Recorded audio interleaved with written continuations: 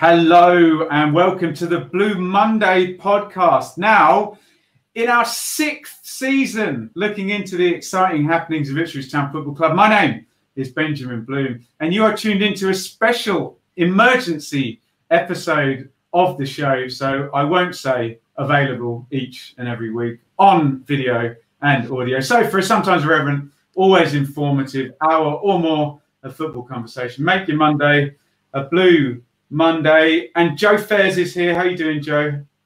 I was better before I saw the news that we're here to talk about.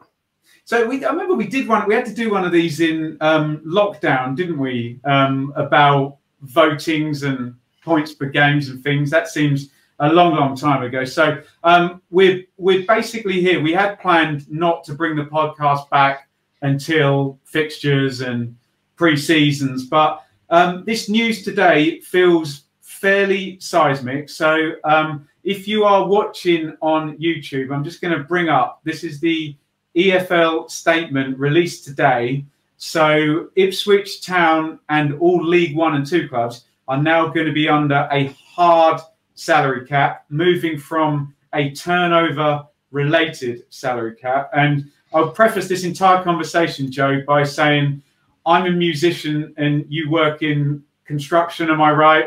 Neither of us are legal experts or accountants, so we're going to try and get our heads around this. So here's the EFL statement here. Clubs in League 1 and League 2 today voted for the introduction of new financial controls in the form of salary caps in their respective decisions. Blah-de-blah-de-blah, wage inflation. When calculating total salary spending, the cap includes basic wages, taxes, bonuses, image rights, agents' fees, and other fees and expenses paid either directly or indirectly to all registered players. And I suppose the key number I missed off there, Joe, fixed caps of £2.5 million, not per month, not per week, per year for League 1 and 1.5 for League 2. The second page of the statement goes on about transition arrangements, incorporating longer contracts and younger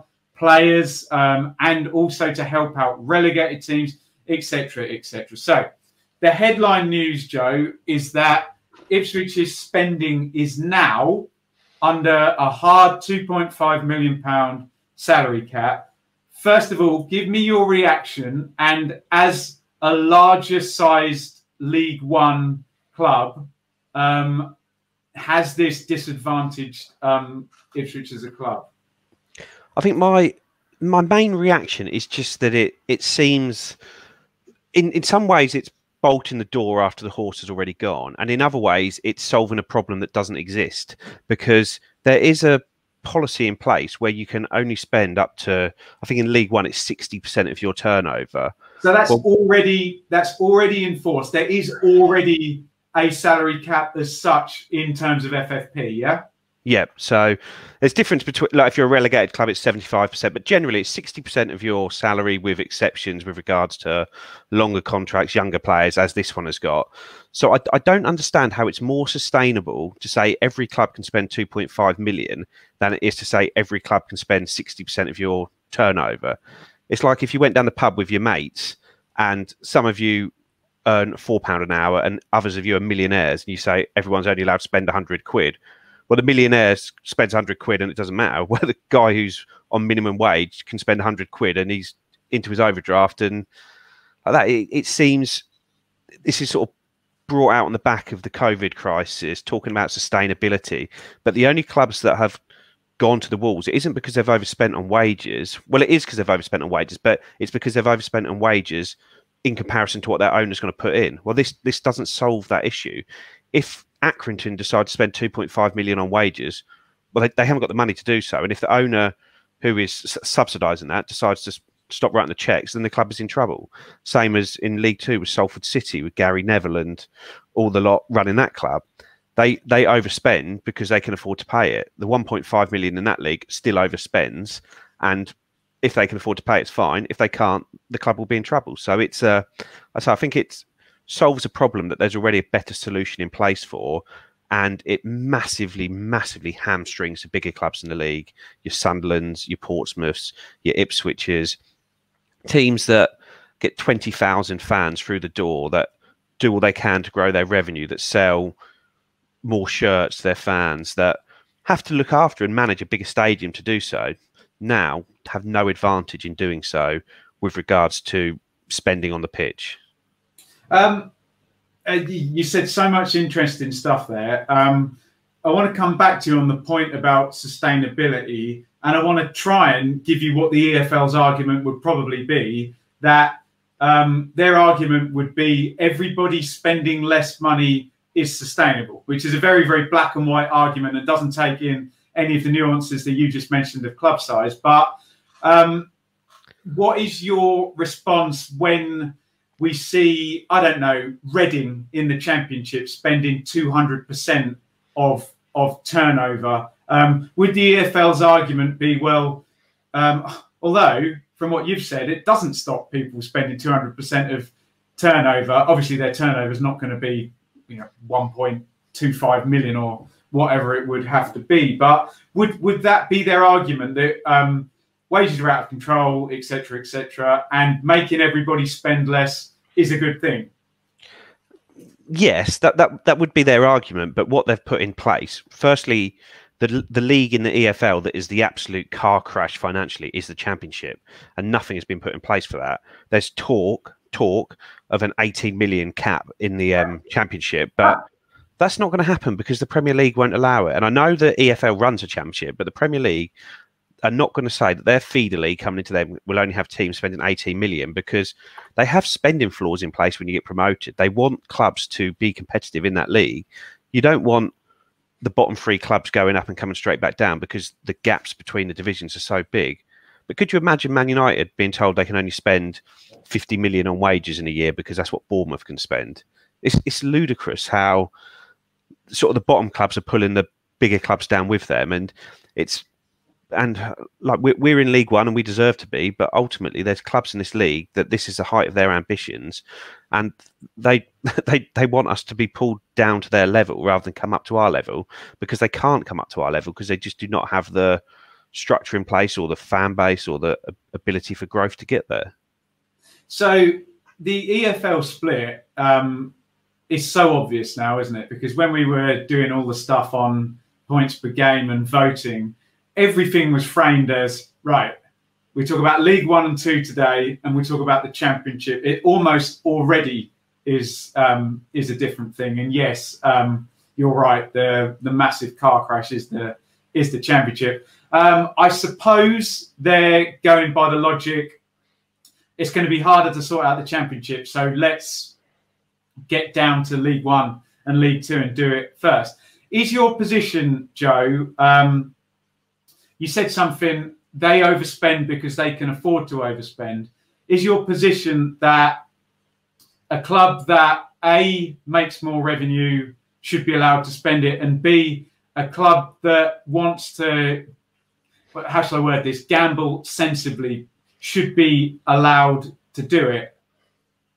I think sort of the first set of clubs, i.e. those that make more revenue, should 100% definitely be able to. And Joe, remember, they make more revenue for everybody. We've all been on those away ends where there's been more Ipswich fans and more money going through the bars in the away end than there has in the rest of the stadium combined. Yeah. Yeah, and like I say, they make more revenue, and they deserve to be able to spend it. Otherwise, what incentive is there to try and get more fans into the ground, to try and sell more shirts, to try and build things up, to try and sell players for big fees? There's no incentive other than that money to then go in the owner's pocket. With regard to those saying they're gambling sensibly, I think that's probably what's caused the issue, the club's gambling, and maybe that should have been what was looked at. Owners needing to put down bonds to show that when they're giving contracts out that they will pick up the contract no matter what, rather than being able to walk away and leave them to be somebody else's problem. The issue in the Championship is competitive imbalance, isn't it? The issue is Brentford winning 8 of their last games, losing in extra time in the playoff final, who will then be up against Norwich next season, who lost all of their last 10 games and will then receive 10 times, literally 10 times more broadcast money. When you were talking about a problem that's not there and the horse has already gone, or whatever the saying is, and the horse has bolted before the stable doors shut. Have they got this the wrong way around? Is this a championship issue? And was the League One stuff okay? Maybe with just a few tweaks to FFP. Yeah, and I think the problem we've got is that in League One this year, and you've got Bury and Bolton who were car crashes, and in League look out Two, for Charlton coming, Joe. And you've got Macclesfield in League Two who were. But this is because the owners are stopping paying the money, not because their wage bills are too high. It's because the owners aren't paying the money, or they haven't got owners, or the clubs have got themselves into such a muddle previously that this wouldn't have stopped. So it's I say it's just all the wrong way around for me, and it now means that these smaller clubs in League One and League Two have been able to effectively try and level the playing field with clubs that they don't really have a right to have a level playing field with. If smaller clubs need to get up through the leagues, they do it by good recruitment, good management, good coaching, and you have to be able to beat your rivals who can outspend you by virtue of having bigger revenues. It's just how it always has been, and how it should always be. It's how it is in any business in the world. Like I say, this isn't the NFL where there's a hard salary cap across 32 teams because there's no relegation. Yeah, this is the middle tier of and the gap between League One and the Championship has grown so much over recent years. Look at the teams that got promoted from League One last year. You've got Barnsley, who would have come down but for Wigan being sort of demoted or deducted 12 points, Charlton, who came back down, and Luton, who managed to survive by going on an incredible run at the end of the season, coupled with Hull picking up 6 points in 26 games. So the three teams that went up all struggled and all survived either by an administration error or one club just basically who has a ridiculous ownership situation falling down. The teams that had come down previously the year before, Blackburn, Wigan, all three teams bounced straight back up. The gap between League One and the Championship is just getting bigger and bigger. And this is, I don't know, for me, this feels like the final nail in the coffin for the bottom two tiers of the pyramid with regards to a Premier League One and a Premier League Two, and there being no relegation at that point. We'll come to the Premier League One and Two in just a minute. How do you see it working? Because we think it's going to be the other way round to FFP in that FFP is very much backloaded, as in the spending takes place, the season finishes, the accounts then come in 12 months after, the EFL then investigates, and the two cases we've had so far have taken 7 months and 8 months. So you have a situation with a Sheffield Wednesday in the Championship whereby a stadium sale going on the wrong year in 17-18 is punished in July 2020. Obviously, that's not going to work with a salary cap, but we think this is all going to be done and front-ended rather than backloaded, yeah? Yeah, I think that's how the SCMP, that's called the Salary Cost Management Protocol, works in League One and League Two, where you put your figures together at the start of the year, you submit them to the league, you then submit your wage bills, you make sure you're staying under it. If you have a good cup run at the mid part of the season, you submit to say, yeah, we've got another £1 million in the bank on our turnover this year, so we now can bring in more players, and it is done almost effectively live with somebody at the EFL. And I imagine this will be in that case too. You need to be submitting your wages. You're not going to get to the end of the season and say, oh yeah, we've overspent by £5 million. So what happens now? I think it's going to be done as it goes through the season, but because there's things like promotion bonuses which are excluded from it, but any other bonuses aren't, any win bonuses, anything like that isn't. So it's a very, very difficult line to tread. But it means, like I say, effectively, it means that no club in this league will have a financial advantage over another one, other than with things like, yeah, you can spend more on your academy or on your infrastructure, but where's the incentive to do that on the infrastructure if bringing more people into the ground isn't going to be able to help you on the pitch? Well, and that was already there, wasn't it? The idea of good FFP money and bad FFP money in respects of that salaries were already bad FFP money, and good FFP money was already, excuse me, women's football, training ground, academy, etc. That hasn't changed in that regard, has it? It's the handcuffs being put on the other side that's been added. Talk to me about this EFL versus Premier League 2 thing here, because if I'm the EFL, my only thing that I can hold on to against the Premier League is the Championship, is the fact that I had Leeds and Aston Villa, and I've got Forest and Derby, Sheffield Wednesday, big clubs, etc., etc.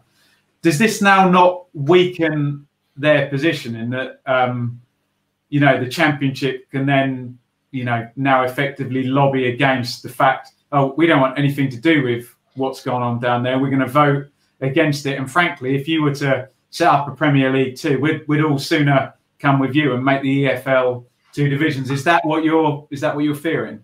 I'd say so. It was something that was spoken about. It's something that's been spoken about for a number of years. I think when we were in the Championship and sort of flying relatively high and under McCarthy, we were happy to say, oh, there should be a Premier League 2 and we'd want to be in it. But now we're the other side of the fence. But ultimately, you're going to end up effectively with 20 teams in the Premier League.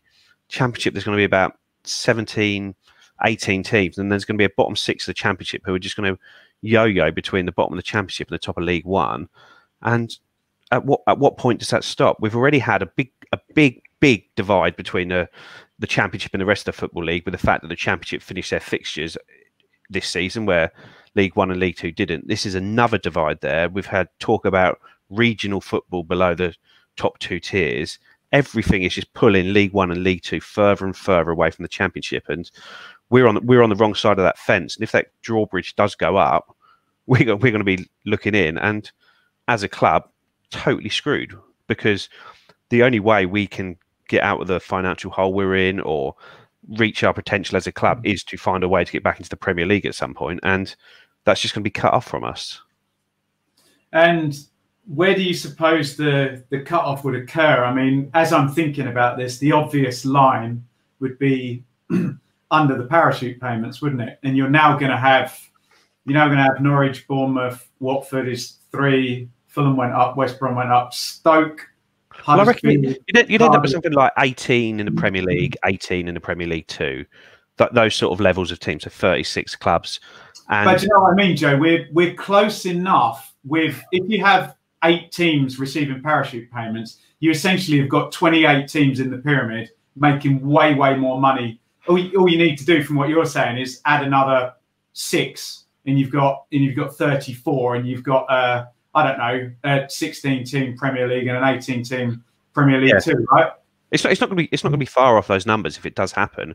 And like I say, I wouldn't want people to underestimate how big these things that are happening are. How big a decision it was for the Championship to continue and League One not to. How big a decision it is for League One and League Two to have salary caps and the Championship not. They are diverging. This is very much the thin end of the wedge, and they are diverging at rapid speeds. This coronavirus and the pandemic has sort of accelerated this so much more than anyone could ever have thought at this time last year, how big the difference between them would get. And it's scary as a supporter of a club on the other side of this, because I say we do all the right things with regards to having a Category 2 academy. There's basically like 44 clubs in the country maybe who have Category 1 or Category 2, maybe a couple more there. And they are the clubs that are investing in the future of their club, investing in their community in the biggest way possible. But like I say, you look past that, and even when you look at the what's coming out about this, it's talking about senior squad size of 22 players dropping to 20, and then anyone under 21 doesn't count. Well, in the Category 1 and Category 2 academies, compared to Category 3 and Category 4, there used to be an under 21 team for your reserve team. That changed to an under 23s team, where Category 3 and 4 still have an under 21s team. So you can see we're running ourselves as that sort of Premier League Championship club, but we are a League 1, League 2 club, and we're just on the wrong side of everything at the moment here. It's wrong place, wrong time again, isn't it? I was just quickly jotted down we spoke a lot about the sheer difference in size in League One between the clubs and the disproportionate number of small teams. You don't really blame AFC Wimbledon or Shrewsbury or, I don't know, pick another Southend who went down. You don't really blame them for voting for this, do you? No, but I just don't know how the vote managed to get going ahead, if that makes sense. Where was the driver for this? Where was it being pushed from? Because these clubs are at the height of their ambitions. Being a League One club who may get a promotion to the Championship once in a blue moon, have 1 or 2 years there and come back down, is the dream for these clubs. Where there's a lot of clubs in these leagues, let's say League One, League Two. Like say in League Two, you've got teams like Bradford, for example, who still get 15, 16,000 fans coming in. Well, they're having to have the same restraints on them as Harrogate Town, who have a 4G pitch and play in front of 1,200 fans. And Bolton Wanderers. Bolton in that league as well, and it's just it seems crazy that there's nothing based on the actual revenue that the club can pull in. It just seems a total backward step when it's in the middle tier of something. Could you imagine in the SPL Celtic not being able to spend because Inverness, Caledonian, Thistle don't have any money? And it is that, and all it means is the bigger clubs are pulled back down to their levels, and if they do get to a more natural level for the club, they then can't compete when they get there because of the restraints that have been placed on them previously. And what does it do for transfer fees? If you take Flynn Downs as an example, the advantage before was if you can sell Flynn Downs for, and I know people get very emotional about these transfer figures, but let's just say anywhere between 3 million and 6 million. Yeah, let's say 4.5 million. Ipswich fans will be happy with that. Now, if you sell Flynn Downs for 4.5 million, that advantage of that good FFP money coming in, well, okay, you could spend it on another player, but you can't pay him any more money. Does that even now possibly reduce transfer fees? Because I don't know, if I'm Crystal Palace and I want Flynn Downs, well, even if Ipswich do play hardball, what are they going to spend the money on? Yeah, so I don't know if it does the opposite. Do you just hold on to players because there's no point in there's no point in selling them, though, is there? What's the point of selling Downs for 4 million quid? Because there's no advantage to 1.5 million pounds worth of that's your entire wage budget. Yeah, well, yeah, you get 2.5 million, don't you, as your wage budget. At the moment, it sounds like because of the existing contracts we've got signed that we've got about 25k a week spare to spend on wages.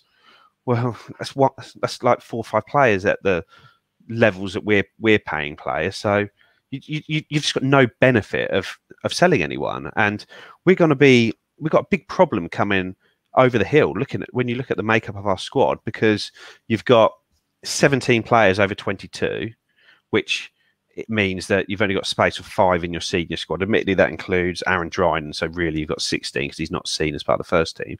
But come this time next season, Tristan Nydam, Luke Wolfenden, Flynn Downs, Andre Dazelle, Ben Morris, Ben Falami, all will become a senior player. So I'm not saying they're all going to make an impact, but realistically, you're going to definitely want to keep hold of Downs and Wolfenden. So if you're at 22 players by that point, you've got to lose players to fit them in your squad. If you want to renew, if you want to give Caden Jackson a new contract, well, he's earning more than the league average of £1,300. If you want to give him a new contract, whatever he's in the books at, if he's earning say £3,000 at the moment, if you give him a contract of £5,000 a week, £6,000 a week, his salary doesn't go from 3 to 6 in your calculation. It goes from 1,300 to 6. So you just lose any money you've got spare. Any player that gets a new contract, because you'd imagine most of our first team earn over the 1,300. Any player that gets a new contract is just kills you, because you lose all of it effectively in there. It's really, really sort of concerning as to how we manage our squad unless players are prepared to take massive pay cuts, which you can't really imagine that they are. I'll just bring up this PFA response for this. PFA salary cap unlawful and unenforceable, say the PFA, as you'd imagine. An extraordinary general meeting was held on Friday afternoon to put the proposal through. Have I got PFA quotes? We are disappointed at the outcome of today's votes. The PFA statement read, the EFL has ignored its legal obligation to consult with the PFA and Professional Football Negotiating Consultancy Committee. As such, the legal advice we have received is clear that the salary cap envisaged by the EFL will be unlawful, unenforceable. The PFA has already served its notice of arbitration on the EFL, and until such time that arbitration is determined one way or another, the new regulation should have no effect. Pretty punchy statement there, isn't it? Yeah. Is that big words? I mean, normally we normally joke on the podcast when someone threatens legal action that nothing's going to happen. That seems they've taken legal action. They haven't threatened it there. They've they've already taken it effectively. So I think they're right though, because it is a restraint of trade. You're effectively telling people we're putting something in place which is arbitrary, which means you can't earn more money. Where when it's linked to revenue, I think it's fair enough to say there is this much money to spend in the pot, and it's based on how well your club does effectively. And if your club does well, they can pay you more money. This is saying, and it's not just that, it's the age limits, it's the number of players allowed in a squad. It's just it's restraint of trade on a lot of people, isn't it? If you think within a couple of years they want to, so only 20 players over 21 are allowed in a squad, that is, well, like 480 pros per division, 960 pros. Well, how many are there currently? You're basically putting, and every 21-year-old, if they don't make the squad, they don't have a career effectively. You're putting huge restraints of trade in place for people, aren't you? So I don't know. Like I say, we're not lawyers. I don't know the regulations, but it does seem that there's some real arbitrary sort of provisions being put in place. Where it sounds muddy, though, Joe, is that the EFL's argument is going to be, oh, we just put the notion forward and our member clubs voted for it. So they're going to be able to turn around to the legal guys from the PFA and say, well, you know, okay, we're the governors of this collection of 48 teams or whatever the number is in League 1 and 2. They voted for it. It's not our fault. Potentially, it's hard to know, but does that matter? If that makes sense.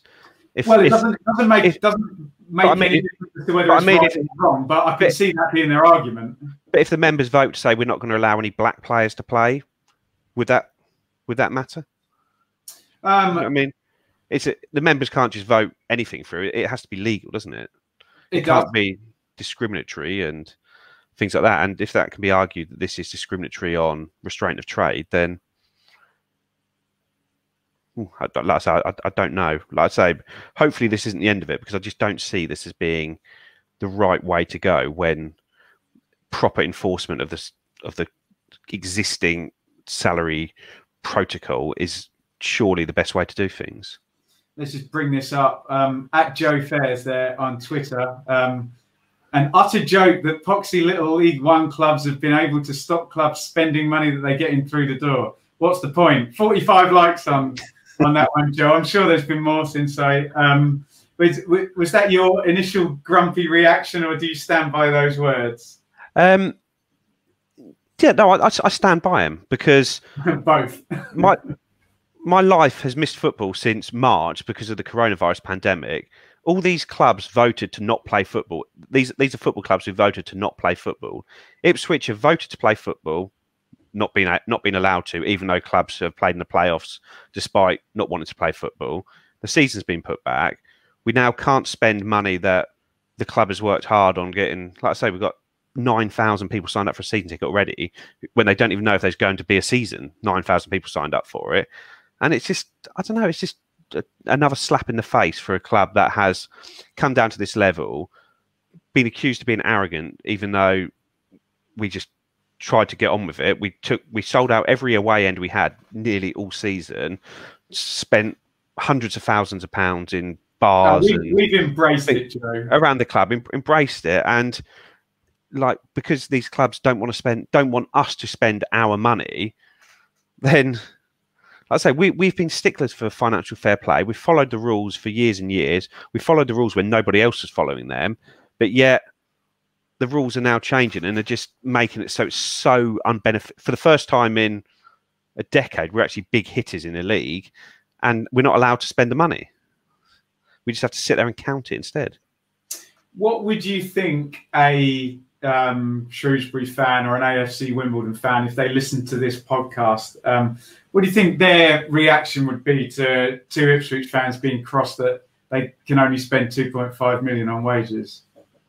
I'd imagine arrogant Ipswich fans think that they think they're too big for this division, blah de blah. But the reality is, we are too big for this division. It's as proven by the fact that we can spend the wages and not run into difficulties. We do run a academy that costs more to run than some clubs' total revenue is. We do sell out every way, and we do have an average attendance of 20,000 fans. Yeah, our football has got us into this place, and we deserve to be in it on those sides. But the reality, we're not a third-tier club. Well said indeed. So, look, that is our reaction here. League One and League Two salary caps passed today, voted in by the members clubs of League One and League Two. From what the PFA is saying, this might not be the end of it. Joe, final thoughts before we hang up the call?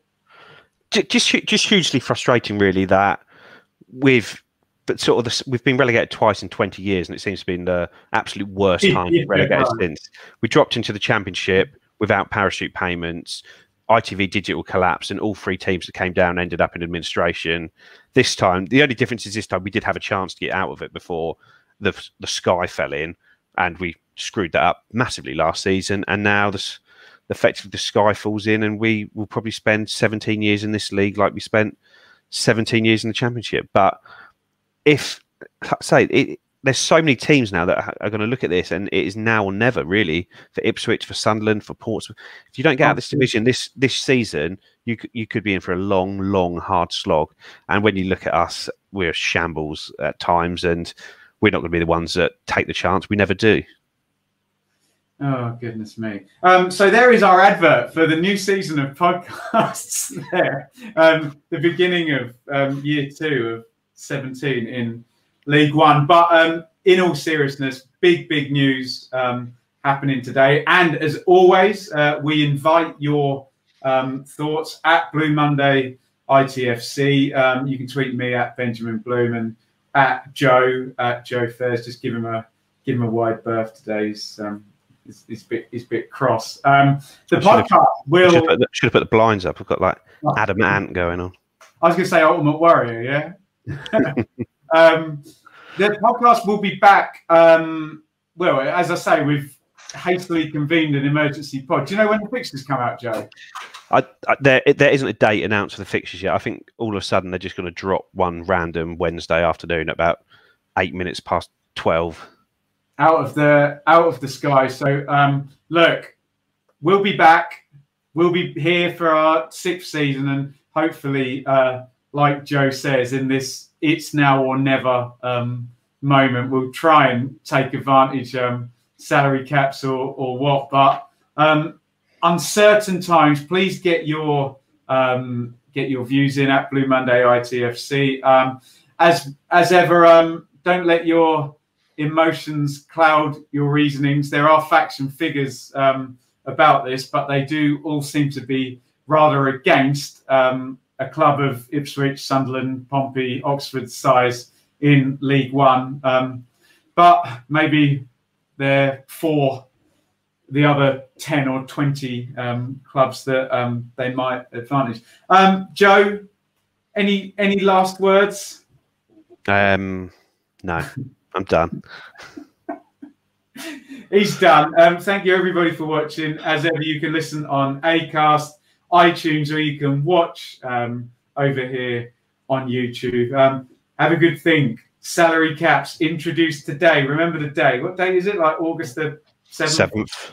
Remember the date. Hopefully, it won't be another dagger in the back of our glorious football club. Thank you, everybody, for watching and listening. Get involved on Twitter in the debate. And we will see you very soon. Be careful what you wish for.